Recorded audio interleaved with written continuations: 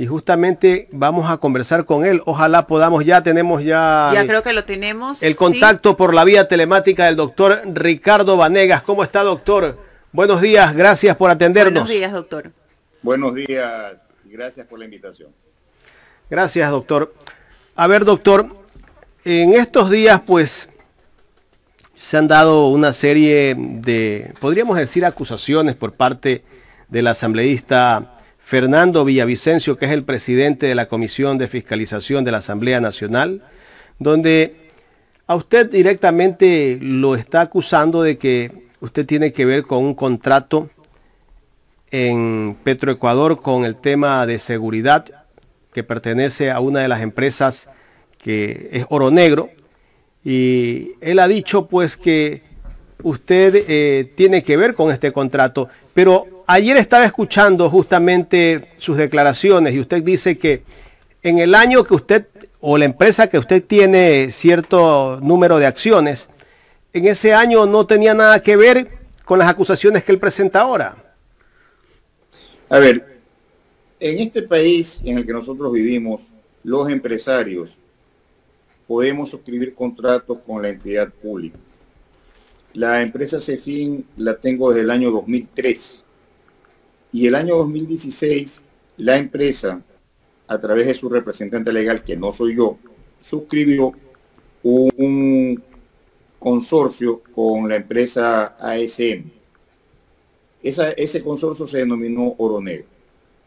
Y atendiendo un proceso de licitación que hizo Petroecuador, el consorcio participó y, como consta en este documento que es el acta de la calificación, participaron la empresa ICSE, de Segri, consorcio Oro Negro y consorcio ASBIP.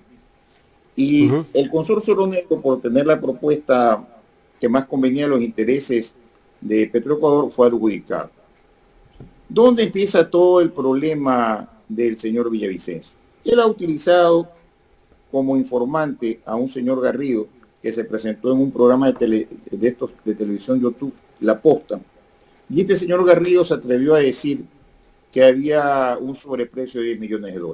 Mire, quien hace la propuesta para el servicio en la cantidad de los puestos y con la cantidad de hombres, que son más o menos 1.350 guardias, es Petroecuador. Ahí no ha existido nunca ningún sobreprecio. Lo que pasa es que el señor Garrido trabajaba en Petroecuador como jefe de seguridad física.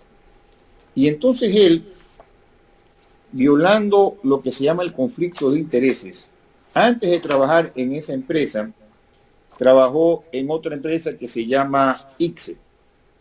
Y él recomendó en esa ocasión que se contrate a ICSE. Luego, cuando ese servicio fue dado del 1 de enero del 2013 al 31 de diciembre del 2017, la Contraloría General del Estado elaboró este informe, que es el DNA 6-0-017-2019. Y en este informe, el informante del señor Villavicencio, lo que no le ha contado al país es que hay una glosa de 42.771.981 soles. Ahí está la glosa. Y esta es una de las glosas que fueron desvanecidas por el señor Cel. Ya usted va viendo por dónde viene el ataque y por dónde viene la protección del asambleísta Villavicencio. Ahora bien, respecto al contrato al que usted se refiere, aquí está el acta de entrega y recepción definitiva suscrita entre Petroecuador y el consorcio Oro Negro. ¿En qué año fue eso? 20-19-806, a los contratos complementarios y al contrato de seguridad en octubre del año 2019. Este documento que está aquí, que usted lo puede ver y que además es un documento público, determina que la empresa Petroecuador recibió el servicio a satisfacción y que no hubo ningún tipo de anormalidad y menos un sobreprecio. Tanto es así que luego vino la Contraloría General del Estado y elaboró este informe que está aquí. Este informe, que es el DNAJAI 078-2019, y que se refiere al examen especial de los procesos de ejecución y liquidación del contrato, número tal y accesorios entre Oro Negro y Petroecuador, y que es suscrito por la señora doctora Gloria Cristina Salvador Egas, determina que no hay ningún tipo de responsabilidad, ni civil ni penal, en contra de Oro Negro.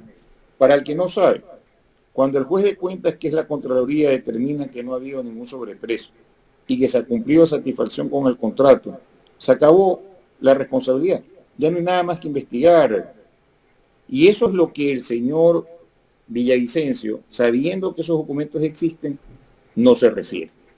Y que él da a entender con una verdadera mala fe, que un contrato de 38 millones terminó costando 72 millones. Pero lo que él no dice es que el contrato fue por 24 meses y que Petroecuador convocó a 3 procesos de licitación y Petroecuador los declaró desiertos, y que es obligación de la entidad contratada continuar dando el servicio, porque si no lo hace lo declaran contratista incumplido.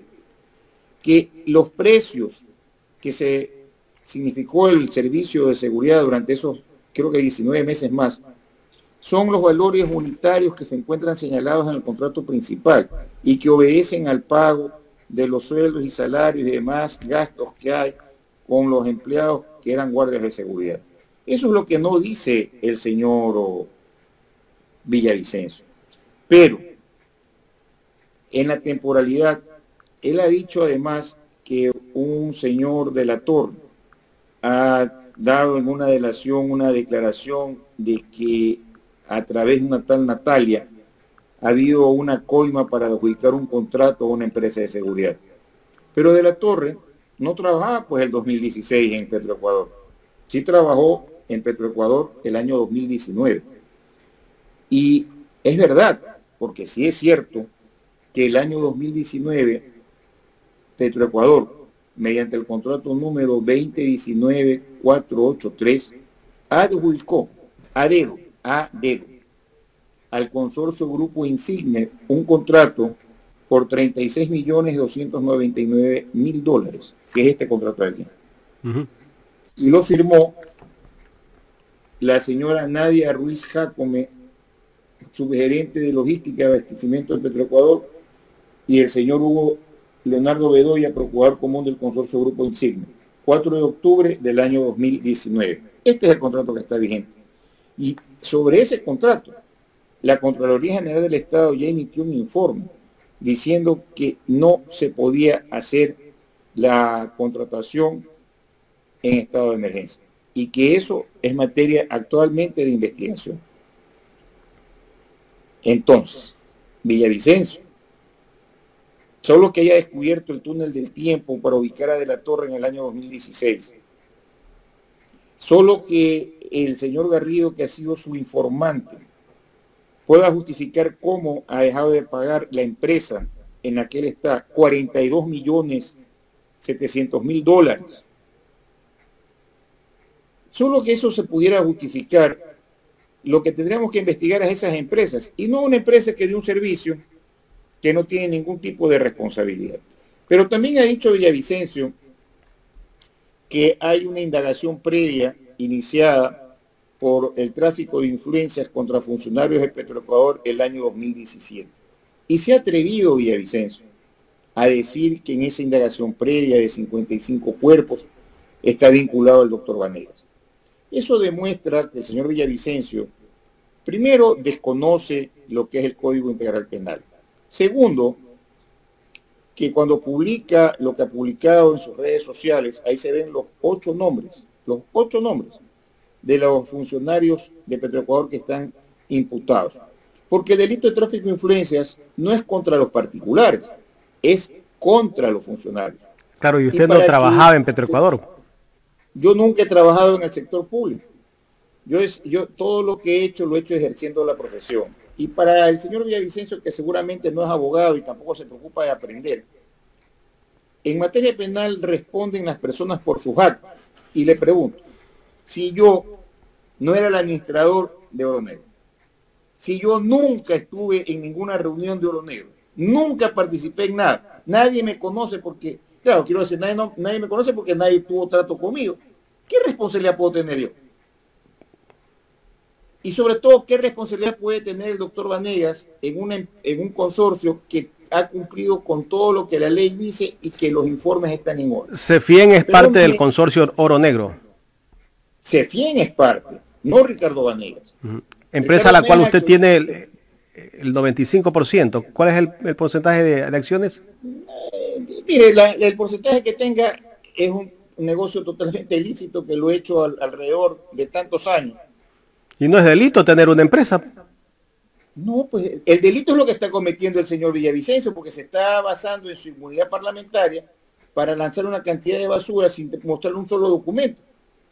Y por eso es que yo voy a aplicarle lo que está establecido claramente en el artículo 170 y 173 de la Ley Orgánica de la Función Legislativa, y voy a pedir que se le aplique una suspensión de 30 días por estar lanzando falsas acusaciones en contra de otro asambleísta para pretender justificar lo injustificable. Que él no presentó dentro del tiempo el informe de la Comisión de Fiscalización. ¿Cuál era el interés de Villavicencio para que no se juzgue al señor Celi? Hablemos claro. Esta es responsabilidad de él, no de su secretaria, es de él. Y es la segunda vez que comete esto, porque también él consiguió, por su inoperancia, que se caiga el juicio contra Ortiz. El país no puede comer tanto cuento. Ventajosamente en el Ecuador todos nos conocemos y saben cómo yo he formado mi vida y cómo he conseguido lo que tengo. Hay que preguntarle al señor en qué ha trabajado y cómo es que tiene toda la plata que él tiene. Doctor, muy buenos días. Carla Aro le saluda. Buenos días. ¿Qué pasó con, no sé, sabemos decir si el error de pronto que hubo dentro de la Comisión de Fiscalización? Ha manifestado el asambleísta Villavicencio que ha sido un error de la secretaria. La secretaria, Sharon Jiménez, ¿no?, que también fue binomio de él, hasta el momento tampoco se ha pronunciado, no ha habido una respuesta efectiva de qué es lo que ha pasado. Sin embargo, se manifiesta que él manifestado que va a presentar personalmente el informe. ¿Cómo toman ustedes esto? ¿Realmente ustedes consideran que hubo negligencia, por así decirlo, o hay intereses de por medio? Pero el Ecuador entero está atónito con ese comportamiento que ha tenido Villavicencio. Eso no es un error, señorita. Eso es un horror. Y atrás de eso hay muchas cosas que hay que investigar. Porque es injustificable que la Comisión de Fiscalización, sabiendo que el día 31 de julio vencía el plazo para presentar el informe a base de lo que se había actuado, de manera responsable esa comisión sesionó el día 30 de julio y dispuso solicitar la prórroga a la presidenta de la Asamblea. Y sabían, porque así se discutió al interior de esa comisión, que había que presentarlo hasta el día 31. Pero el que tenía que presentarlo era el presidente. Y el presidente de la comisión ahora se escuda diciendo que no fue él el que tenía que presentarlo. La norma no dice que es la secretaria, la norma dice que es el presidente. Y tal como consta en el sistema informático de la Asamblea, eso se envió el día 2 de agosto a las 0:44 horas, es decir, fuera del plazo para poder pedir la prórroga. Y como es normal, atendiendo el artículo 226 de la Constitución, todo servidor público tiene que actuar de acuerdo al marco de lo que la ley le permite. Uno no puede hacer lo que uno quiera. Por eso, la presidenta de la Asamblea no pudo aceptar esa prórroga extemporánea solicitada. Y ahora, ventajosamente, el artículo 82 permite que los comisionados voten individualmente de manera motivada y remitan además las pruebas actuadas. Ahora la Asamblea tendrá que entrar a analizar voto a voto para ver en cuáles de esos casos se puede proceder al archivo o al juicio político. Para entenderse, ya no vamos a conocer un solo informe, vamos a conocer el voto de cada uno de los asambleístas. en qué ellos se han basado para tomar una decisión. Pero este no es un error de la comisión, este es un error del presidente de la comisión. Y Doctor, eso de ahí... perdón que lo interrumpa, ¿y ustedes como bloque de Pachacutic se han reunido? ¿Ustedes están a favor del juicio político o no? ¿Cuál es la posición de su bloque? Pero es público que el doctor Ricardo Vanegas presentó una petición de juicio político con más de 60.000 hojas. Mi petición de juicio político es mucho más fundamentada que la de la asambleísta Lloret. Es lógico que la presidenta de la Asamblea, para rescatar este proceso de juicio político y evitar que se caiga por el descuido del asambleísta Villavicencio, ha dado la posibilidad de presentar este informe porque así lo dice la normativa. Así que la posición de Pachacutic es muy clara. Nosotros estamos a favor del juicio político. Pachacutic, incluso con su presidente, con su presidenta, la abogada Guadalupe Llori va a tratar de seguir el proceso para proceder al juicio político. Ustedes apuntan a que se dé en el menor tiempo posible y de la forma más transparente. Nosotros tenemos que pedir que el juicio político se dé respetando las reglas del debido procedimiento. Ahora los asambleístas que han actuado en la Comisión de Fiscalización tendrán que motivar y demostrar justificadamente que han cumplido con las reglas del debido procedimiento. Eso es responsabilidad de ellos, no es responsabilidad de Pachacutic. Nosotros estamos a favor del juicio político para que se censure al señor Cel. El país está atento a nuestras actuaciones y está muy claro que aquí el único que ha fallado hasta el día de hoy es Villavicencio. Doctor, cambiando un poquito de tema, el asambleísta Luis Almeida en días pasados hizo una exposición donde habla de repartos, hace una que otra acusación donde también lo involucra a usted. ¿Qué nos puede mencionar usted de aquello? Que el asambleísta Luis Almeida se ha dejado guiar mucho por los chismes y por los cuentos, porque él ha sostenido de una manera totalmente equivocada que el señor Curi, Daniel Curi, que ha sido designado director de control disciplinario en la función judicial del Guayas, ha sido empleado o colaborador de mi estudio jurídico, lo cual es totalmente falso. El señor Curi ha presentado su hoja de vida y como yo lo señalé en la sesión del pleno la semana pasada, el director ejecutivo del Consejo de Legislatura leyó la hoja de vida de Curi y él ha trabajado en varios lugares, menos conmigo. Así que esa acusación era totalmente infundada, como también es infundada decir que el señor abogado Ricardo Ron lo estoy poniendo yo, cuando todos en el país saben que él ha sido funcionario del correísmo y del morenismo, que ha estado muy vinculado al señor Watt y que además es cuñado del abogado Pedro Valverde, que es del Grupo Social Cristiano. Yo tampoco tengo nada que ver con los amigos social cristianos que son amigos del señor Luis Almeida. Y finalmente también dijo algo de la doctora Alexandra Villasís Parada, insinuando que el abogado Hernán Ulloa, con quien yo tengo bastantes diferencias, nos hemos puesto de acuerdo él y yo para designarla a ella porque ella es pariente de él. Y el mismo Hernán Ulloa, en su comparecencia en la Comisión de Justicia de la Asamblea Nacional, señaló que él no es pariente de esta Alexandra Villasís. Pero además de eso, Alexandra Villasís fue designada por el ministro de Obras Públicas, con quien yo no tengo ningún tipo de relación. Eso hay que preguntarle al gobierno. Y yo entiendo que Almeida está afectado porque la señora Villasís reemplazó al hermano. Pero yo no soy culpable que hayan sacado al hermano o que el hermano haya renunciado. Él tiene que apuntar hacia dónde quiere realmente investigar. Y como tampoco ha presentado una prueba, tampoco él ha vuelto a insistir, porque me imagino que él se ha dado cuenta del error que ha cometido al señalar cosas en las que yo no he participado. Correcto. A ver, Jorge. Gracias. Doctor, volviendo al tema de la asamblea.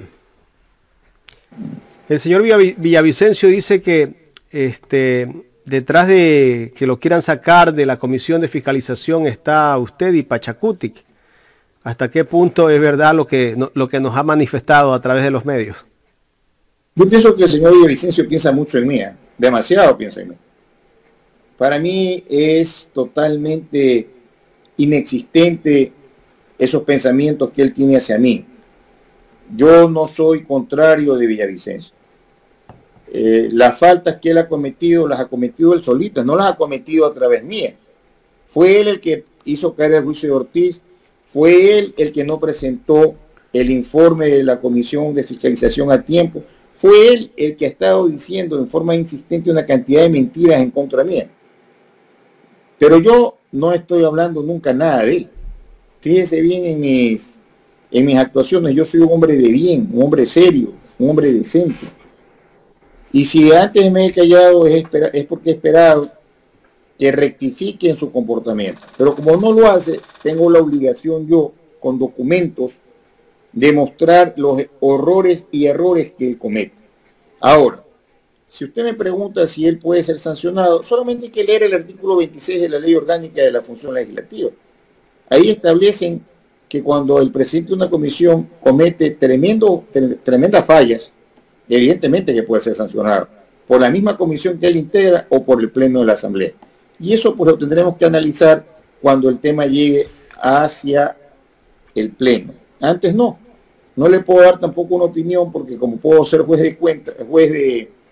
de juzgamiento del comportamiento del señor Villavicencio, no puedo adelantar mi criterio. Doctor, me paso a otro tema ya, una de las últimas preguntas que le voy a hacer. Esta semana estuvo en este espacio el doctor Yacu Pérez, ex candidato a la presidencia por Pachacutic, y él ha dicho que Pachacutic está cercano al gobierno y que de alguna manera hay un acuerdo y que a cambio de ese acuerdo hay ciertos espacios de poder que tiene Pachacutic. En el caso de esos espacios nombró la gobernación de Orellana. ¿Hasta qué punto es cierto lo que dice el doctor Yacu Pérez? Mire, yo lamento mucho las expresiones del compañero Yacu Pérez, pero Pachacutic como movimiento y la bancada de Pachacutic no tenemos ningún tipo de acuerdo de gobernabilidad con el gobierno del señor presidente de la República, Guillermo Lasso. Nosotros tenemos una posición firme en que vamos nosotros a estar en contra de cualquier cosa que afecte los derechos de los ciudadanos ecuatorianos.